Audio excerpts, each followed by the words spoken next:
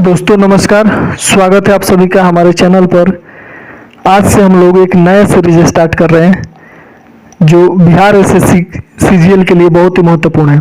इसमें सबसे पहले हम लोग आधुनिक भारतीय इतिहास कवर करेंगे और वो चैप्टर वाइज एमसीक्यू के माध्यम से शुरू करेंगे। तो आज हमारा रहेगा पहला चैप्टर, भारत में यूरोपीय कंपनी का आगमन, और इसको हम लोग महत्वपूर्ण प्रश्नों को विश्लेषण के साथ देखेंगे। तो चलिए देखते हैं, प्रश्न शुरू करते हैं। तो देखते हैं पहला प्रश्न है, वास्को डी गामा कालीकट पर किस वर्ष में आया? जिसका ऑप्शन है 1350 एडी, 1498 एडी, 1530 एडी या फिर 1612 एडी। इसका सही उत्तर हो जाएगा 1498 एडी। वास्को डी गामा 17 मई 1498 एडी को कालीकट बंदरगाह पर पहुंचा था, जहां पर वहां के राजा जमोरिन ने उसका स्वागत किया था। अगला प्रश्न देखते हैं। अगला प्रश्न है, मध्यकाल में सर्वप्रथम भारत से व्यापार संबंध स्थापित करने वाले कौन थे? इसका ऑप्शन है डच, अंग्रेज, फ्रांसीसी या फिर पुर्तगाली। इसका सही उत्तर हो जाएगा पुर्तगाली। सर्वप्रथम भारत से व्यापार संबंध स्थापित करने वाले पुर्तगाली थे। अगला प्रश्न देखते हैं, पुर्तगाली उपनिवेश का प्रथम वायसराय भारत में कौन हुआ? जिसका ऑप्शन है Diaz, Vasco da gamma, Almeida या फिर अल्बुकर्क। इसका सही उत्तर हो जाएगा अल्मीडा। फ्रांसिस्को डी अल्मीडा जो है वो पुर्तगाली उपनिवेश का प्रथम वायसराय बनकर 1505 ईस्वी में आया था। अगला प्रश्न देखते हैं। अगला प्रश्न, निम्नलिखित में से कौन नीला जल योजना यानी ब्लू वाटर पॉलिसी से संबंधित है? जिसका ऑप्शन है द अल्मीडा, अल्बुकर्क, डुप्ले या फिर रॉबर्ट क्लाइव। इसका सही उत्तर हो जाएगा de Almeida. Francisco de Almeida ने एक ब्लू वाटर पॉलिसी चलाई थी, जिसके अंतर्गत हिंद महासागर में जो भी यूरोपीय व्यापारी आते थे उनसे जहाजों से कर लेता था। अगला प्रश्न देखते हैं। अगला प्रश्न, भारत में पुर्तगाली शक्ति का वास्तविक संस्थापक कौन था? जिसका ऑप्शन है Vasco da Gama, Albuquerque, Bartolomeu Dias या फिर अल्मीडा। तो भारत में पुर्तगाली शक्ति का वास्तविक संस्थापक अल्बुकर्क को माना जाता है।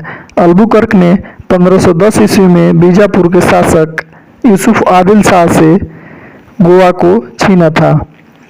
अगला प्रश्न देखते हैं। अगला प्रश्न है, पुर्तगालियों ने भारत में निम्नलिखित में से किस स्थान पर प्रथम दुर्ग का निर्माण किया था? जिसका ऑप्शन है हुगली, कोचीन, गोवा या फिर सूरत। इसका आंसर हो जाएगा कोचीन। तो पुर्तगालियों ने सर्वप्रथम कोचीन में अपने प्रथम दुर्ग का निर्माण किया तथा यहाँ पे अपना मुख्यालय बनाया। अगला प्रश्न देखते हैं। अगला प्रश्न है, बंगाल की निम्नलिखित फैक्ट्रियों में से एक जो पुर्तगालियों द्वारा स्थापित की गई थी वह कौन थी? बांदेल, चिंसूरा, हुगली या फिर श्रीरामपुर। तो बंगाल में हुगली की जो फैक्ट्री थी वो पुर्तगालियों के द्वारा स्थापित की गई थी। अगले प्रश्न देखते हैं। हुगली को बंगाल की खाड़ी में समुद्री लूटपाट हेतु किसने अड्डा बनाया था? जिसका ऑप्शन है पुर्तगालियों ने, फ्रांसीसियों ने, डेनमार्कियों ने या फिर अंग्रेजों ने। इसका सही उत्तर हो जाएगा पुर्तगालियों ने। पुर्तगालियों ने बंगाल में हुगली में जो अपना अड्डा बनाया था वहाँ से समुद्री लूटपाट करता था। अगला क्वेश्चन देखते हैं। अगला प्रश्न है, निम्नलिखित में से कौन कलकत्ता का संस्थापक था? जिसका ऑप्शन है Charles Eyre, Job Charnock, Gerald Aungier या फिर विलियम नॉरिस। इसका सही आंसर हो जाएगा जॉब चार्नाक। जॉब चार्नाक ने कलकत्ता शहर की स्थापना की थी। अगला प्रश्न देखते हैं। अगला प्रश्न है, भारत के साथ व्यापार के लिए सर्वप्रथम संयुक्त पूंजी कंपनी किन लोगों ने आरंभ की थी? जिसका ऑप्शन है पुर्तगाली, डच, फ्रेंच या फिर डेनिश। इसका सही आंसर हो जाएगा डच। वैसे तो सर्वप्रथम इंग्लैंड वासियों ने संयुक्त पूंजी कंपनी प्रारंभ की थी, लेकिन इंग्लैंड चूंकि ऑप्शन में नहीं है इसीलिए हमारा ऑप्शन क्या हो जाएगा? डच हो जाएगा। अगला प्रश्न देखते हैं। लंदन में ब्रिटिश ईस्ट इंडिया कंपनी के गठन के समय भारत का निम्नलिखित में से कौन बादशाह था? जिसका ऑप्शन है अकबर, जहांगीर, शाहजहां या फिर औरंगजेब। इसका सही आंसर हो जाएगा अकबर। लंदन में जब ब्रिटिश ईस्ट इंडिया कंपनी का गठन हुआ था उस समय अकबर का शासनकाल था? हम जानते हैं कि अकबर का शासनकाल 1556 से लेकर 1605 ईस्वी तक था, इसलिए आंसर अकबर ए सही आंसर है। अगला प्रश्न देखते हैं, किस मुगल सम्राट के काल में इंग्लिश ईस्ट इंडिया कंपनी ने भारत में सर्वप्रथम कारखाना स्थापित किया? इसका ऑप्शन है अकबर, शाहजहां, जहांगीर या फिर औरंगजेब। इसका सही उत्तर हो जाएगा जहांगीर। इसका इंग्लिश ईस्ट इंडिया कंपनी ने भारत में 1613 ईस्वी में अपना पहला कारखाना सूरत में खोला था। तो उस समय जो शासक था वो जहांगीर था। अगला प्रश्न देखते हैं, भारत में 1613 ईस्वी में अंग्रेजों ने अपनी पहली फैक्ट्री कहाँ स्थापित की थी? ऑप्शन है गोवा, हुगली, मसूलीपट्टनम या फिर सूरत। तो इसका आंसर हो जाएगा सूरत। अगला प्रश्न देखते हैं, ब्रिटिश ईस्ट इंडिया कंपनी ने मुंबई किससे लिया था? जिसका ऑप्शन है डचों से, फ्रांसीसियों से, डेनिशों से या फिर पुर्तगालियों से। तो इसका आंसर हो जाएगा पुर्तगालियों से। सन 1661 ईस्वी में पुर्तगाली राजकुमारी कैथरीन का विवाह इंग्लैंड के राजा चार्ल्स द्वितीय के साथ हुआ। तो दहेज के रूप में पुर्तगालियों ने उनको बम्बई दिया था। चार्ल्स द्वितीय ने बम्बई को 10 पाउंड के वार्षिक किराए पर ब्रिटिश ईस्ट इंडिया कंपनी को दे दिया। अगला प्रश्न देखते हैं। अगला प्रश्न है, ईस्ट इंडिया कंपनी के किस अंग्रेज गवर्नर को औरंगजेब द्वारा भारत से निष्कासित किया गया? जिसका ऑप्शन है अंगियार, sir John child, sir John gear या फिर सर निकोलस वेट। इसका सही उत्तर हो जाएगा sir John child. Sir John child को औरंगजेब के द्वारा निष्कासित किया गया था। अगला प्रश्न देखते हैं, कर्नाटक युद्ध किन किन के मध्य लड़ा गया? इसका ऑप्शन है अंग्रेज व फ्रांसीसी, अंग्रेज व डच, अंग्रेज व मराठे या फिर हैदर अली व मराठे। इसका सही आंसर हो जाएगा अंग्रेज व फ्रांसीसी। अंग्रेज व फ्रांसीसियों के बीच 3 कर्नाटक युद्ध हुए थे, जिसे कर्नाटक का प्रथम युद्ध, कर्नाटक का द्वितीय युद्ध और कर्नाटक का तृतीय युद्ध के नाम से जाना जाता है। अगला प्रश्न देखते हैं, निम्नलिखित में कौन सा एक सही सुमेलित नहीं है? ऑप्शन ए है कर्नाटक का प्रथम युद्ध 1746 से 1748, ये सही सुमेलित है।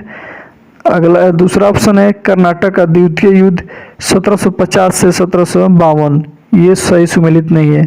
तीसरा है कर्नाटक का तृतीय युद्ध 1756 से 1763, ये भी सही सुमेलित है। और पानीपत का तृतीय युद्ध 1761, ये भी सही सुमेलित है। तो इसका सही आंसर हो जाएगा ऑप्शन नंबर बी। कर्नाटक का दूसरा युद्ध जो है 1749 से 1754 के बीच हुआ था। अब देख लेते हैं, कर्नाटक का प्रथम युद्ध की समाप्ति ए ला सापल की संधि के द्वारा हुआ था, जबकि कर्नाटक के द्वितीय युद्ध की समाप्ति पांडिचेरी की संधि के द्वारा हुआ था और कर्नाटक के तृतीय युद्ध की समाप्ति पेरिस की संधि के द्वारा हुई थी। अगला प्रश्न देखते हैं, भारत में फ्रांसीसियों ने अपना सबसे पहला कारखाना निम्न स्थानों में कहाँ लगाया? जिसका ऑप्शन है सूरत, पुलिकट, कोचीन या फिर कासिम बाजार। इसका सही आंसर हो जाएगा सूरत। तो फ्रांसीसियों ने अपना पहला कारखाना सूरत में लगाया था। अगला प्रश्न देखते हैं, फ्रांसीसी ईस्ट इंडिया कंपनी स्थापित हुई थी?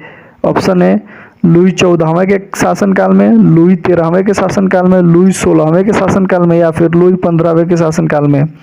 इसका सही आंसर हो जाएगा लुई 14वें के शासनकाल में। लुई 14वें के शासनकाल में फ्रांसीसी ईस्ट इंडिया कंपनी की स्थापना हुई थी। अगला प्रश्न देखते हैं, निम्नलिखित में से किसे भारत में फ्रांसीसी कंपनी का संस्थापक माना जाता है?